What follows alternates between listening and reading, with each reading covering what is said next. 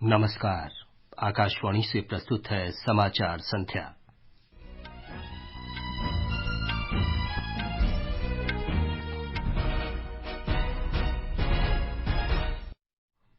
हिमाचल प्रदेश में विधानसभा चुनाव शांतिपूर्वक संपन्न, 66% से अधिक मतदान हुआ। प्रधानमंत्री नरेंद्र मोदी ने कहा, भारत विश्व की तीसरी सबसे बड़ी अर्थव्यवस्था बनने की ओर अग्रसर। तेलंगाना और आंध्र प्रदेश में कई विकास परियोजनाओं का उद्घाटन और शिलान्यास किया। भारत और कंबोडिया ने संस्कृति, वन्यजीवन और स्वास्थ्य के क्षेत्र में 4 समझौता ज्ञापनों पर हस्ताक्षर किए।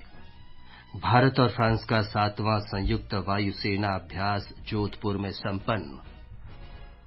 खेलों में शिव थापा ने जॉर्डन में एशियन एलीट बॉक्सिंग चैंपियनशिप में रजत पदक जीता और क्रिकेट में कल मेलबॉर्न में T20 वर्ल्ड कप के फाइनल में इंग्लैंड का मुकाबला पाकिस्तान से होगा। समाचार संध्या के साथ मैं विमलेंदु पांडे। हिमाचल प्रदेश में विधानसभा चुनाव आज शाम शांतिपूर्वक संपन्न हो गया। 66% से अधिक मतदान हुआ। इसके साथ ही 24 महिलाओं सहित 412 उम्मीदवारों का चुनावी भाग्य ईवीएम में दर्ज हो गया है। वोटों की गिनती 8 दिसंबर को होगी। राज्य विधानसभा की 68 सीटों के लिए मतदान हुआ।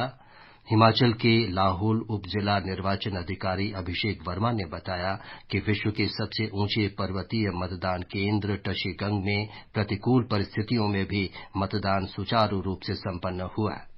स्पीति में इस बार हमने जो हाईएस्ट पोलिंग स्टेशन हमारा वर्ल्ड का है टशीगंग, जो कि 15,256 फीट की हाइट पे है, उसमें हमने बहुत ही सफलतापूर्ण उसको एक मॉडल पोलिंग स्टेशन के रूप में परिवर्तित करके वहां पे वोटिंग संपन्न करवाई। इसके तहत हमने इंश्योर किया कि जो डेकोरेशंस हैं वो ट्रेडिशनल स्टाइल में, जो बुद्धिस्ट फ्लैग्स हैं उनके माध्यम से हों। हमने 2 चीजें इंश्योर की। सबसे पहला, 100% वोट परसेंटेज वहां पे पाई जाए, तो लोगों ने भी हमें बढ़ चढ़कर इसमें हमारा सपोर्ट किया।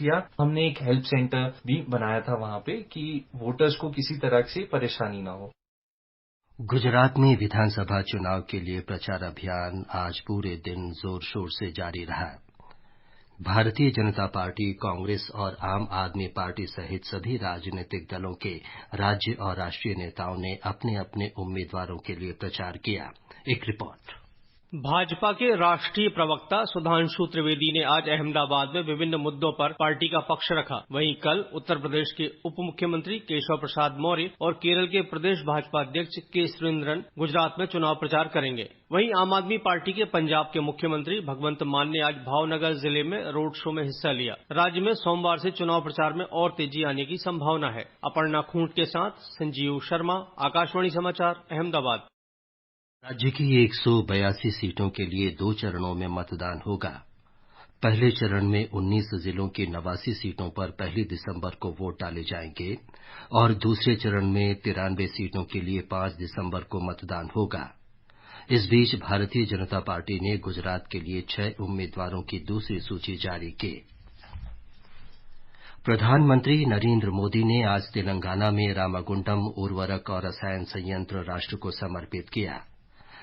भारतीय उर्वरक निगम का ये संयंत्र बंद होने के 2 दशक के बाद नए सिरे से विकसित किया गया है। इस अवसर पर प्रधानमंत्री ने कहा कि भारत दुनिया की तीसरी सबसे बड़ी अर्थव्यवस्था बनने की दिशा में आगे बढ़ रहा है। आज हम सभी पूरी दुनिया में एक और बात प्रमुखता से सुन रहे हैं। दुनिया के तमाम एक्सपर्ट कह रहे हैं कि भारत बहुत जल्द दुनिया की तीसरी सबसे बड़ी इकोनॉमी बनकर के उस दिशा में तेज गति से आगे बढ़ रहा है। श्री मोदी ने कहा कि यूरिया का एकमात्र ब्रांड भारत यूरिया होगा, जिसे किसानों को उपलब्ध कराया जाएगा।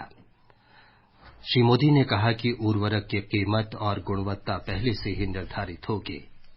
2014 के बाद केंद्र सरकार ने पहला काम ये किया कि यूरिया की 100% नीम कोटिंग कर दी। इससे यूरिया की काला बाजारी रुक गई। केमिकल की फैक्ट्री में जो यूरिया पहुंच जाता था वो बंद हो गया। खेत में कितना यूरिया डालना है ये पता करने के लिए भी किसान के पास बहुत सुविधा नहीं थी, रास्ते नहीं थे। इसलिए हमने किसानों को सॉइल हेल्थ कार्ड इस देने का पूरे देश में अभियान किया। प्रधानमंत्री ने कहा कि सिंगरेनी कोलियरीज कंपनी लिमिटेड का निजीकरण नहीं किया जाएगा। प्रधानमंत्री ने करीब 1000 करोड़ रुपए की लागत से बनी नई रेलवे लाइन भद्राचलम रोड सत्तोपल्ली का भी उद्घाटन किया।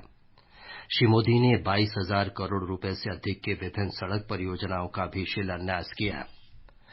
इससे पहले आंध्र प्रदेश के विशाखापट्टनम में कई विकास परियोजनाओं के शुभारंभ के अवसर पर प्रधानमंत्री नरेंद्र मोदी ने कहा कि भारत तेजी से दुनिया के निवेशकों के लिए आकर्षक देश होता जा रहा है। उन्होंने कहा कि भारत नए विचारों, नवाचारों, नए समाधानों और तीव्र विकास का केंद्र बिंदु बन गया है। श्री मोदी ने कहा कि आज जब दुनिया संकट से गुजर रही है तो भारत कई क्षेत्रों में बड़ी उपलब्धियां हासिल कर रहा है। दिल्ली भाजपा ने दिल्ली नगर निगम चुनावों के लिए आज 232 उम्मीदवारों की सूची जारी की। सूची में 126 महिला उम्मीदवार शामिल हैं। ये समाचार हमारी वेबसाइट newsonair.com/hindi और हमारे mobile app news on AIR पर भी उपलब्ध हैं। अपने बिजनेस को बढ़ाने के लिए लीजिए आकाशवाणी का सहयोग और दीजिए उसे बुलंदियों के पंख। आपका बिजनेस लोकल है या राष्ट्रीय, आकाशवाणी देती है उपभोक्ताओं तक पहुंचने का हर विकल्प। और अब तो आप घर, दफ्तर या दुकान पर बैठे बैठे कर सकते हैं आकाशवाणी के किसी भी केंद्र के लिए विज्ञापनों की बुकिंग। आकाशवाणी के विभिन्न चैनलों पर विज्ञापन देना सुलभ और सस्ता। बुकिंग है तो संपर्क करें 8700014242 पर। 8700014242। समाचार संध्या में आपका फिर स्वागत है। उपराष्ट्रपति जगदीप धनखड़ ने कहा है कि भारत आसियान संबंध भारत की पूर्वोन्मुखी नीति का मुख्य स्तंभ है। उन्होंने कंबोडिया में आसियान भारत शिखर सम्मेलन में कहा कि भारत और दक्षिण पूर्व एशिया के बीच सभ्यतागत और सांस्कृतिक तथा आर्थिक क्षेत्र में प्रगाढ़ संबंध हैं। आसियान भारत मैत्री के 30 वर्ष पूरे होने के अवसर पर उपराष्ट्रपति ने कहा कि इन 3 दशकों में संपर्क से लेकर जलवायु परिवर्तन तक, सुरक्षा, अंतरिक्ष, शिक्षा, पारिस्थितिकी और प्रौद्योगिकी से लेकर व्यापार तक सहयोग के क्षेत्र में बहुपक्षीय और बहुआयामी वृद्धि हुई है। श्री धनखड़ ने नॉमपेंग में कंबोडिया के प्रधानमंत्री हुन सेन के साथ द्विपक्षीय बैठक की। इस दौरान भारत और कंबोडिया के बीच संस्कृति, वन्य जीवन और स्वास्थ्य के क्षेत्र में 4 सहमति पत्रों पर हस्ताक्षर किए गए। विदेश मंत्री डॉ सुब्रमण्यम जयशंकर ने आज कंबोडिया में पूर्वी एशिया शिखर सम्मेलन के दौरान कनाडा की विदेश मंत्री से मुलाकात की। दोनों विदेश मंत्रियों ने यूक्रेन संघर्ष, हिंद प्रशांत क्षेत्र, द्विपक्षीय सहयोग पर चर्चा की। इससे पहले दिन में श्री जयशंकर ने यूक्रेन के विदेश मंत्री दिमित्रो कुलेबा से भेंट की। भारत और फ्रांस की वायुसेनाओं का 7वां युद्धाभ्यास गरुड़ आज जोधपुर वायुसेना केंद्र में संपन्न हो गया। रक्षा मंत्रालय ने बताया है कि युद्धाभ्यास से दोनों देशों की वायुसेनाओं के परिचालन कौशल और अनुभव साझा करने का अवसर मिला है। युद्धाभ्यास के दौरान दोनों देशों के वायुसेना कर्मियों को वास्तविक युद्ध स्थितियों सिमुलेशन का अनुभव और संचालन की जानकारी दी गई। इससे दोनों वायुसेनाओं को एक दूसरे के सर्वोत्तम तौर तरीकों को समझने का भी अवसर मिला। विदेश राज्य मंत्री वी मुरलीधरन ने कहा है कि केंद्र सरकार गिनी में हिरासत में लिए गए 16 सदस्यीय भारतीय चालक दल की रिहाई सुनिश्चित करने के लिए हरसंभव प्रयास कर रही है। अगस्त में इक्वेटोरियल गिनी के अधिकारियों ने नॉर्वे के पोत एंटी हेरोइक इदुन को कब्जे में ले लिया था। पोत को बाद में नाइजीरियाई अधिकारियों को सौंप दिया गया और अब ये नाइजीरिया की ओर बढ़ रहा है। इस पोत में 26 सदस्यीय चालक दल में 16 भारतीय नागरिक हैं। गृह मंत्री अमित शाह ने कहा है कि भारत पिछले 8 वर्षों से विकास और आर्थिक मोर्चे पर नई उपलब्धियां हासिल कर रहा है। चेन्नई में आज इंडिया सीमेंट्स के प्लेटिनम जुबली समारोह में श्री शाह ने कहा कि कोविड महामारी से निपटने के लिए टीका तैयार करके भारत स्वास्थ्य के क्षेत्र में विश्व का अग्रणी देश हो गया है। ऊर्जा मंत्री राजकुमार सिंह ने कहा है कि राष्ट्रीय ताप विद्युत निगम लिमिटेड एनटीपीसी का प्रदर्शन, कार्य संस्कृति और प्रगति सराहनीय है।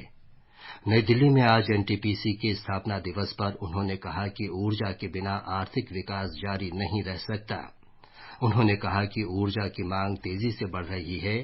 विकास की गति के साथ तालमेल बनाए रखना समय की आवश्यकता है।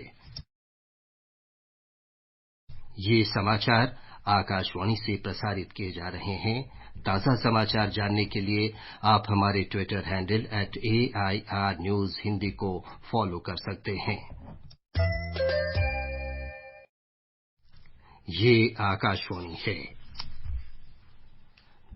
मुक्केबाजी में भारत के शिव थापा ने आज जॉर्डन के अम्मान में एशियाई एलीट मुक्केबाजी चैंपियनशिप में पुरुषों के 63 किलोग्राम वर्ग में रजत पदक अपने नाम किया।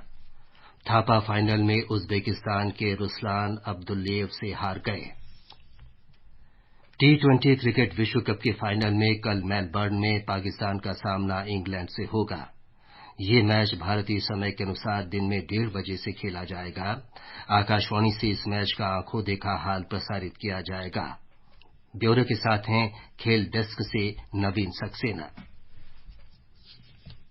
2020 क्रिकेट विश्व कप में कल पाकिस्तान और इंग्लैंड आमने सामने होंगे। ऑस्ट्रेलिया मौसम विभाग के अनुसार कल बारिश की संभावना जताई गई है, इसलिए आईसीसी ने कल के मैच के लिए नए दिशा निर्देश जारी किए हैं। इसके अनुसार कल बारिश होती है तो 20-20 ओवर की जगह 10-10 ओवर में मैच पूरा कराया जाएगा। लेकिन मैच अगर पूरा नहीं होता तो सोमवार को रिजर्व डे में मैच वहीं से शुरू होगा जहां एक दिन पहले रुका था। अगर कल का मैच पूरा होने के हालात बनते हैं तो 30 मिनट का अतिरिक्त समय दिया जा सकता है। अगर रिजर्व डे को मैच वक्त पर शुरू होता है और बीच में रुकता है तो 2 घंटे एक्स्ट्रा दिए जा सकते हैं। किसी भी हालत में मैच पूरा नहीं होता तो दोनों टीमों को संयुक्त विजेता घोषित किया जाएगा। भारत की मेहुली घोष और तिलोत्मा सेन ने दक्षिण कोरिया के डेगू में आज एशियाई एयरगन चैंपियनशिप में 2 स्वर्ण पदक अपने नाम किए। मेहुली ने महिलाओं की 10 मीटर एयर राइफल स्पर्धा में कोरिया की चाओ युन यू को हराकर स्वर्ण पदक जीता। 10 मीटर एयर राइफल जूनियर स्पर्धा में तिलोत्मा ने स्वर्ण पदक अपने नाम किया। नेपाल में आज शाम आए भूकंप के कारण दिल्ली और उत्तर भारत के कई भागों में झटके महसूस किए गए। रिक्टर पैमाने पर भूकंप की तीव्रता 5.4 मापी गई। राष्ट्रीय भूकंप विज्ञान केंद्र के अनुसार भूकंप का केंद्र जमीन से 10 किलोमीटर की गहराई पर था। आज लोक सेवा प्रसारण दिवस मनाया गया। इस अवसर पर नई दिल्ली के आकाशवाणी परिसर में रंग भवन सभागार में सांस्कृतिक कार्यक्रम का आयोजन किया गया। राष्ट्रपिता महात्मा गांधी के 1947 में आकाशवाणी दिल्ली के स्टूडियो में एकमात्र आगमन की 75वीं वर्षगांठ के उपलक्ष्य में ये कार्यक्रम आयोजित किया गया। महात्मा गांधी ने विभाजन के बाद हरियाणा के कुरुक्षेत्र में अस्थायी रूप से बसे विस्थापितों को संबोधित किया था। लोक सेवा प्रसारण दिवस प्रतिवर्ष 12 नवंबर को मनाया जाता है। विश्व निमोनिया दिवस आज मनाया जा रहा है। इसका उद्देश्य निमोनिया रोग के लक्षणों, रोकथाम और उपचार के बारे में लोगों को जागरूक करना है। निमोनिया श्वास के संक्रमण से फैलता है और फेफड़ों को प्रभावित करता है। विश्व स्वास्थ्य संगठन के अनुसार निमोनिया के संक्रमण की वजह से दुनिया भर में सबसे अधिक बच्चों की मौत होती है। टीकाकरण और पोषक आहार से निमोनिया को रोका जा सकता है। अंत में मुख्य समाचार एक बार फिर। हिमाचल प्रदेश में विधानसभा चुनाव शांतिपूर्वक संपन्न, 66% से अधिक मतदान हुआ। प्रधानमंत्री नरेंद्र मोदी ने कहा, भारत विश्व की तीसरी सबसे बड़ी अर्थव्यवस्था बनने की ओर अग्रसर।